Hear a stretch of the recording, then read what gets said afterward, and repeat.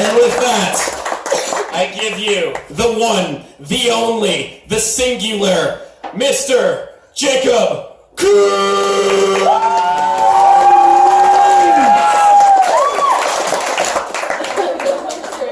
So the other day, I spilled something on the ground, and I started to rub it out with a rag. My roommate said, "Jacob, that's gonna sting. You have to dab it out." I was like, "That seems kind of ridiculous, but I'll give it a try." Yeah. Moral of the story, it didn't work. Dabbing is stupid. Before I begin, I'd like to thank Fire Creek for having us tonight.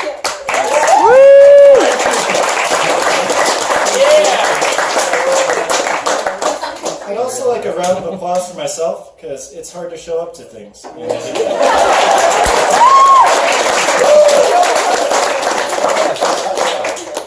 Before I really begin, I'd just like to clear something up. I know some of you have already been thinking it.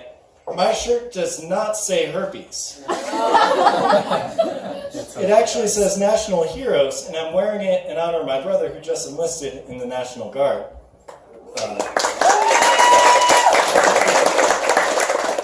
It would be really funny, though, if it did say herpes. Just imagine this. What branch of the military are you in? Herpes. We're the silent killers.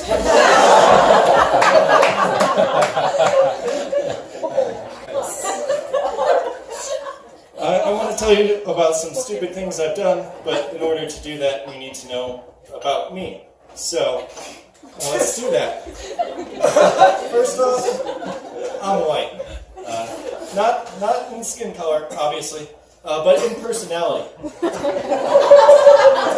I wouldn't survive a week in the ghetto, okay? And it's not because I'm racist, I am just cluelessly Caucasian.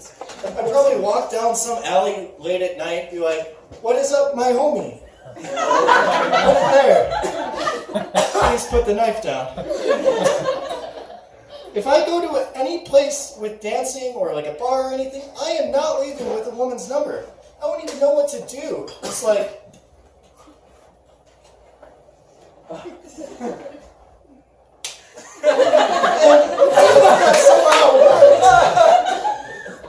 wouldn't know what to do on the dance floor, just like... I only know one dance move, and it's whatever this is.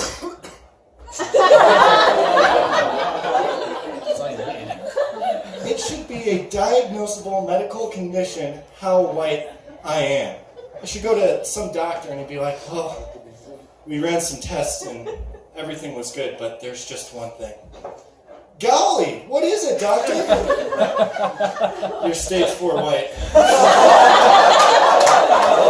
"I haven't seen a case this bad.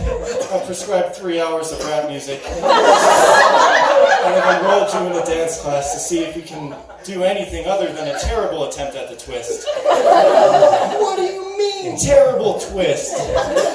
"And you have herpes."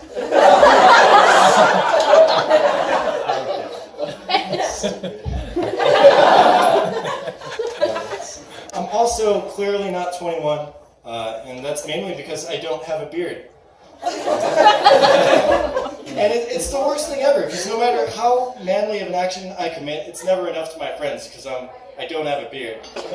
I could save some cat from an orphanage in Uganda, and he'd be like, "That was really cool, but do you have a beard?" "No." Or like, my group of friends will be going out to bars for the night, and they'll be like, "All right, you can go, Jacob. You're not 21, man. Grow some facial hair." The worst part is, one day puberty's gonna hit, and it's gonna suck. Already happened. Dry is a word that means a lot to me, and that's because so many things in my life have revolved around being dry. I lived in a town for 8 years that was known for its dry heat. I ate my food dry. My humor is dry. Every girl I've dated, dry. And the worst part about dry humor is, you can't just hydrate your humor. It doesn't work like that. It's always going to be dry. And nobody likes it. It's like the Canada of comedy. But, there's the laughs. You're talking with friends about chairs, and a joke just pops in your head, and you're trying to hold it back. You're like, I don't want to say that. I like having friends, and it just forces itself out. High chairs are chairs that greet you at the door. And they just look at you with disappointment, like your parents. And you're just trying to think of a reason why that joke was so bad. That joke wasn't mine. I was saying it for a friend. You just run away. That's how I deal with my problems. I take after my dad a lot. He's a great guy. He works hard. He's pretty funny, but he's also just not the most emotionally expressive guy you'll meet. And I get that from him. And it's like, this is a kind of a typical conversation between him and I. He'll be like, hey son, are you still dating that one girl? I'll be like, nah dad, I broke up with her. I've dated 2 girls since her. You still with mom? Yeah. Cool. And then we end the conversation by not looking into each other's eyes. My mom, though, she gets cooler every time I see her. And I want to know who's doing it. Like, there was one time, I was telling her all my classes were going, and she kept interrupting me. And I said, stop it, Mom. I'm trying to talk to you. She says, what? I'm trolling you. Who taught you that? She says, your mom. You mad, bro? She's going to have to be stopped at this rate. So, I'm white, prepubescent, my jokes aren't funny, and my parents are cooler than I am. Why am I telling you this? Because the sympathy card means more laughter. I also got the sympathy card for a good deal. All I had to do was trade in my man card, and I also received a dozen dandelions.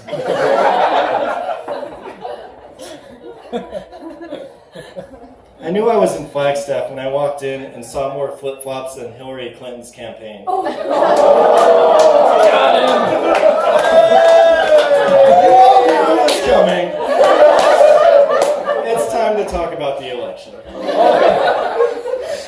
I love election season.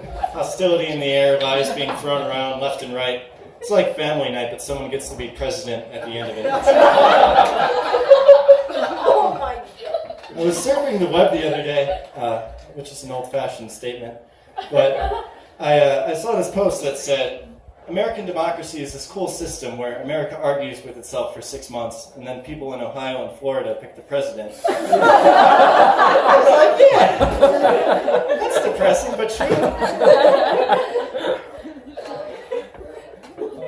And the best part about election season is the things you can write jokes about skyrockets.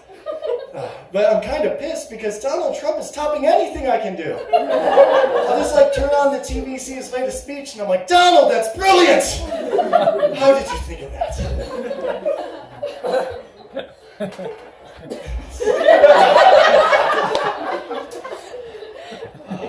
The election is great, or as they're called in Japan, erections.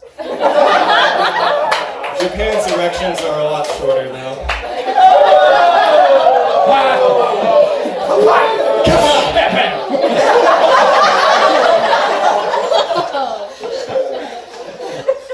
It's not a real joke unless you've offended half your audience. But the lies getting thrown around, like Barack Hussein Obama. Say what you want about the man, but Hussein's a real middle name. It's not a reason to discredit him. It was just a scare tactic used by Fox News and conservatives to trash the enemy. Just like when liberals and CNN used the whole George doesn't have a college degree Bush. Really doesn't mean anything. So yeah, the election. Please vote this November. It is quite important. And I feel like that's said every year, but this year in particular, I think, is just critical. The world's on fire. Everyone's identifying as everything. No one knows how to handle it. And it's just important that we get the right person in office. Or the hand we've been dealt, the least wrong person in office. please call a doctor if your election lasts more than 4 hours.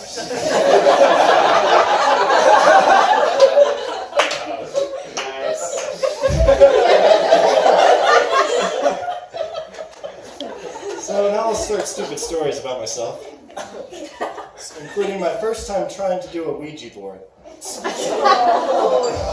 The worst part about Ouija is that not a single letter in that word is used to produce the sound it makes. Every letter is silent. And then a few invisible letters make a sound. And this joke's not about the validity of Ouija boards, believe what you may. But what I do wonder is, have the ghosts changed with the times? You know, is it just like, tell me what you want? U-M-A-D-B-R-O. You mad, bro? Oh no, it's a fraternity demon!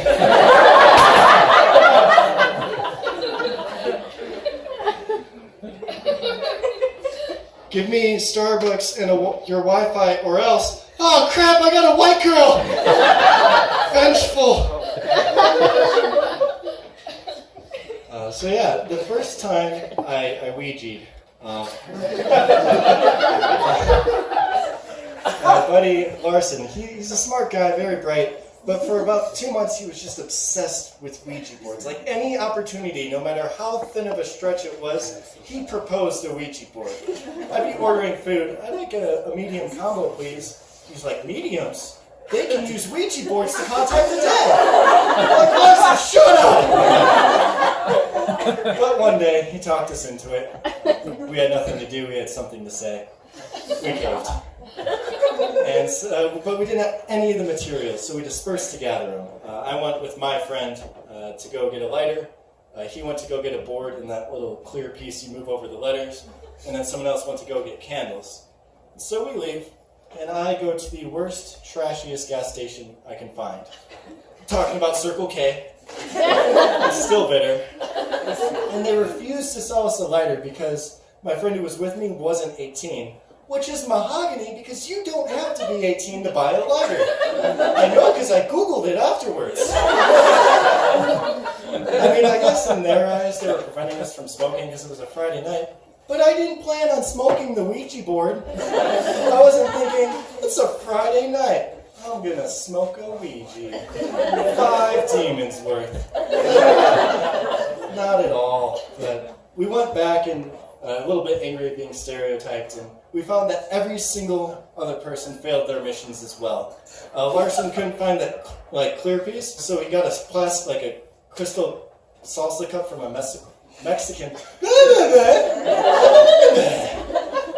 The salsa cup from a Mexican restaurant, and he couldn't find a board, so he just tore a part of a box off and wrote it in Sharpie.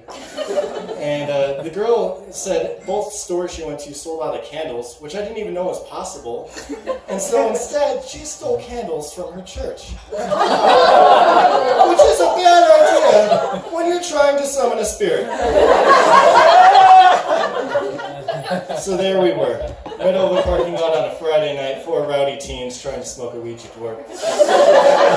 Using the open car door as our light source. And nothing happened. I've never spoke to Larson again. College has been treating me pretty well. It's been nothing like the movies or the TV shows. But my first 2 weeks were probably by far the best. The first weekend I'm up here, I come across these 2 very, very drunk Australian men.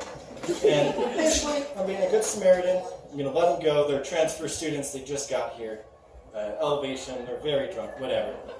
And then walking with my buddy Asher. And then they call us out by saying, "What are you stupid Americans doing?" And now, that accent is awful, I understand. It sounds like a Russian person trying to imitate a bad Australian accent. I'm working on it. But stupid Americans? Oh no, they did not. Asher was Romanian. They weren't even close there. I myself am a European American, and I will not stand for this. So I go over there and I say, "Blimey, what were you talking about, mate?" And this is bad for 2 reasons. 1, because my accent is terrible. And 2, because I don't even think I'm in the right country in terms of dialect. So the one guy says, "Is he mocking us?"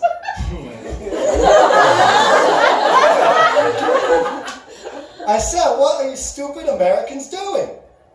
And at this point, my friend Asher wants to get on the fun. He's seen enough. He says, crikey, Jacob, I think they're trying to pick one with us. Grab your gloves and throw some shrimp on the bobby.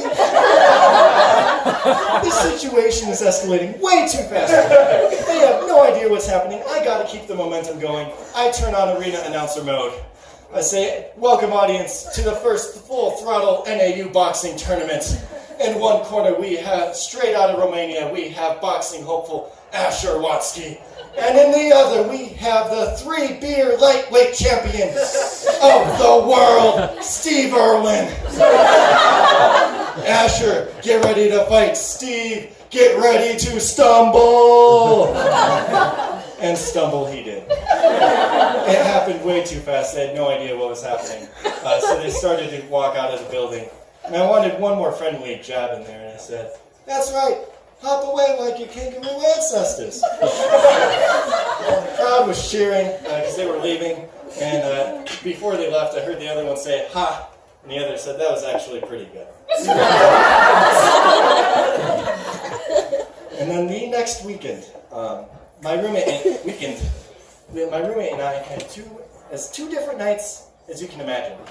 I started out doing a healthy amount of laundry, and my roommate was doing homework at his desk. And he said, I'm going to be right back. I'm just going to get a Starbucks from the vending machine. A reasonable task.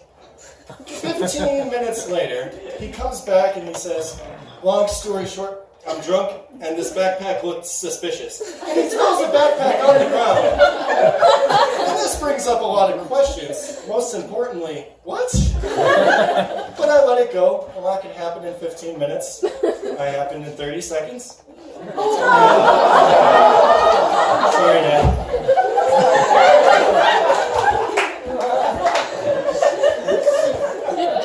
And I turn on Netflix. And I'm watching Netflix. Halfway through my first episode, I get a text. Sorry about the backpack. I was going to a drug dealer's house, and it looked really suspicious. And now the backpack gets a lot more interesting. What happened at that vending machine? Am I going to jail? So I start a Mexican standoff with this backpack. We both have sombreros on. Brushweed flies past us, and then I get a phone call. And my other friend was drunk, and so I went to go pick her up. And I know what you're thinking. You're saying, Jacob, that's a lot of intoxication. Is everyone drunk in college? To which my reply is, yes. So I pick her up, put Pop-Tarts, water, the full treatment inside of her. And, not, just Pop-Tarts and water.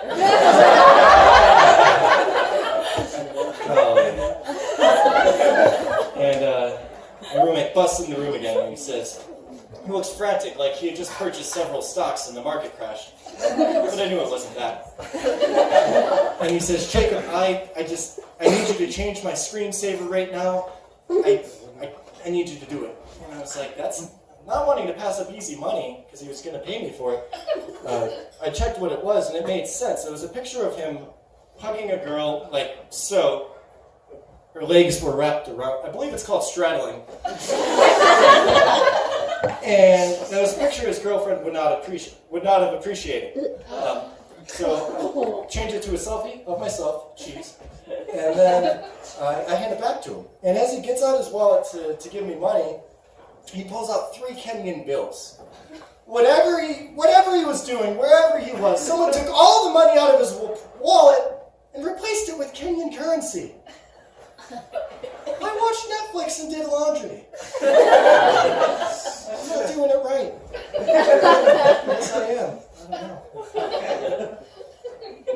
If you're a lady in the audience, do that thing where you... Woo! Excellent. I'm going to reveal to you the ancient secrets of man law.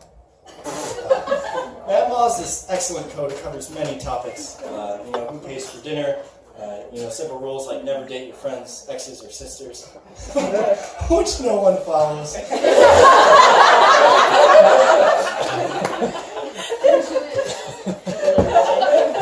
going to talk about bathroom etiquette. So bathroom etiquette. If there are multiple You can only use every other device. We call this the splash zone. It means that maximum capacity, 50% of any urinal is being used. Yet guys are still faster at going to the bathroom than girls are. But there are also rules what not to do at a urinal. For example, one cannot eat food, high five, chest bump, booty bump, vote for Trump,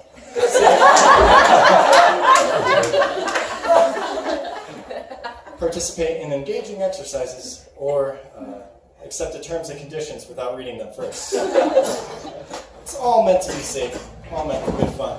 I'm going to tell you about the time I broke most of these rules.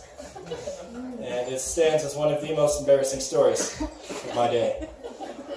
So I was at a tennis match eating a banana, which is a great start to any story about breaking man law. And I decided, I was like, I can urinate right now. I didn't let that stop me from eating the banana. I just went straight into the bathroom. And I see that as per code, every other device is being used. So I mosey my way in between my friend Austin and some older gentleman to my left. And as I'm preparing to go, mid-bite of my banana, I look at the other guy straight in the eyes. And I panic because I just broke so many laws at one time. And I say the first thing that comes to mind. Hi. Whoa, too many violations. I pack up, I go to the stall. I'm now sitting and being like some dejected man. And I hear a knock at the stall door. And most people will just say something awkward like, sorry, I'm in here. But I didn't. I was still weirded out from assaulting the man earlier. And so I say, come in.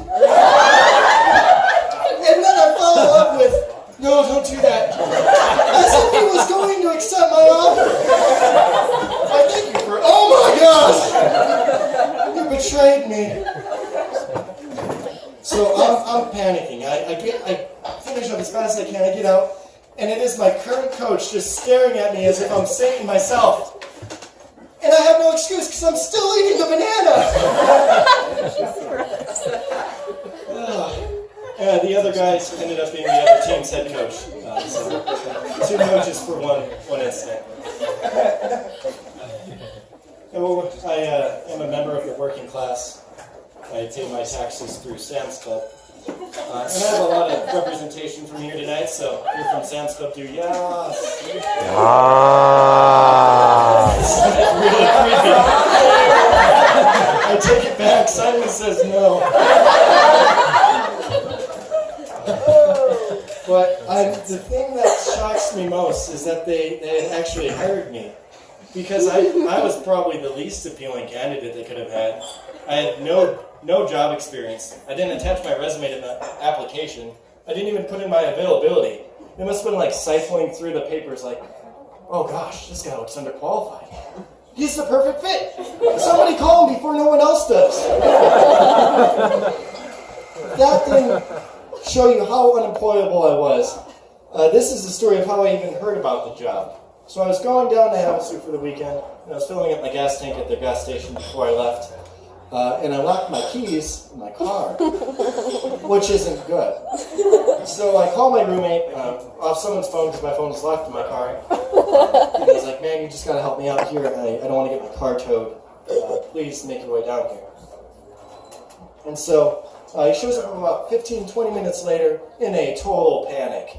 Like a man who had just purchased several stocks and the market crashed. But I knew it wasn't that. So he explains himself. He said, he was taking a chemistry test when I called him, and he told his TA this. He said, my roommate's grandma is dying, and I need to take him down to Havasu so he could see her before she goes. And his TA said this with this sincerity, oh my gosh, that's happened to me before, but I didn't make it back in time. I'll be praying for you. Godspeed. I'll take care of it with the professor. We lied to this person. So he shows up. AAA comes, and the fuel station worker thought we were just quite funny, and he said, you guys should apply here. What did we demonstrate demonstrate that showed we were capable. But I love working there because there's just so much product. And lots of product, lots of puns. And so 2 months into the job, my supervisor didn't even know my name. He just knew me as the guy who told terrible jokes. So things were going great. And there was one day in particular, I really upset him. So backstory number one, I worked in produce, and in produce we run quality checks on the floor. We pull things off the floor that we look at and say, icky. Backstory number two, we scan these out with a thing called a tells on. So I never pulled dates off the floor because dates are really hard to check. Even when they're good, they look awful. Like imagine a giant raisin that's just had a hard life. But I couldn't stand for not doing it. I moved every other fruit off the floor. So when no one was looking, I grabbed a pack of dates, ran to the back, and I started scanning them out. And then my team lead went back there and started, verifying them. And I said, hey, how do you actually know if dates are bad? The only way I knew in the past is if she didn't call me back. Oh my God. And he got that normal, slightly pissed look he did whenever I said something. That was freaking hilarious. And I thought of another joke in the moment. I said, I didn't actually check those dates. I just took them because I felt compelled to. I hope nobody tells on me. And he got pissed. He started cussing at me. He told me to leave, and I never saw him again. Except for 20 minutes later. It's a small story.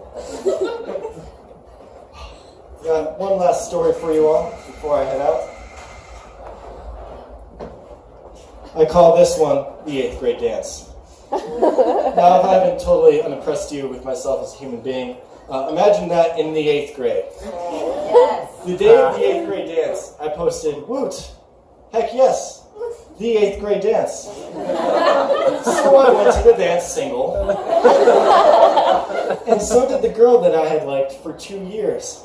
What an opportunity for anyone but me in the 8th grade. I instantly went off to decide because I don't know what to do on a dance floor. We all know that. And feel close to all of you now. And I was my own hype man because I didn't have any friends. I was just trying to motivate myself. All right, what's the worst she could say? Probably yes. Arms weak, knees, mom's spaghetti. That's not even motivational. And eventually, I decided that she had no reason to say yes. I hadn't even demonstrated my value on the dentist system yet. Didn't have an accent. Nothing. One person who's watched It's Always Sunny, I appreciate you. Excellent. So I decided to win her heart by race. No, not by the fact that I am Caucasian. I tried to race my friend across the gym in an effort to impress her. Because that's what weird children do. So I picked a friend I knew I'd beat. He's 80 pounds heavier than me. And I was like, her name was Alberta. I was like, Alberta, you've got to check this out. I'm going to race my friend. I'm doing it for you, though. She's just like, what? I'm thinking things are going great. So on the other side of the gym is a wall, mini wall that sticks out halfway from the actual one. Whoever touches that first wins the race. It begins, and I have a huge head start. I look back. I know I have it cleared up. I'm looking like an idiot. Everyone else is dancing.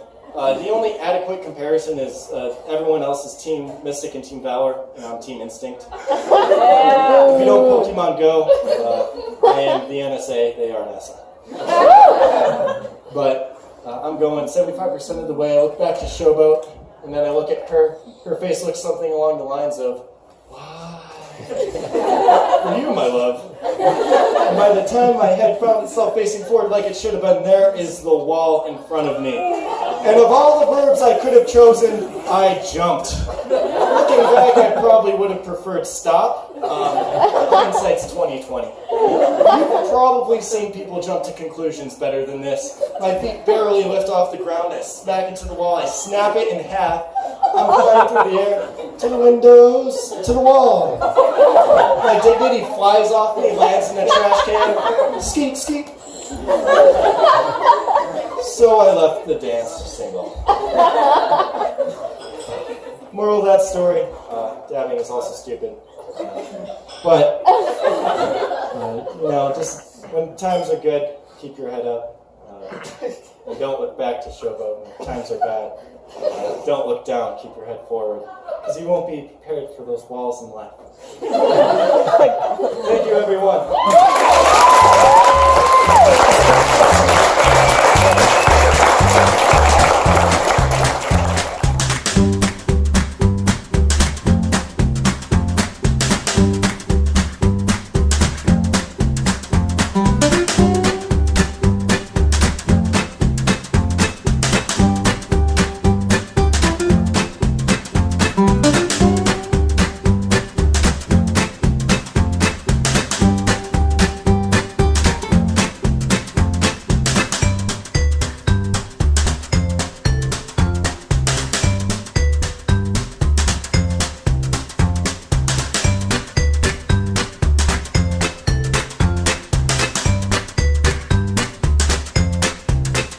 Thank you.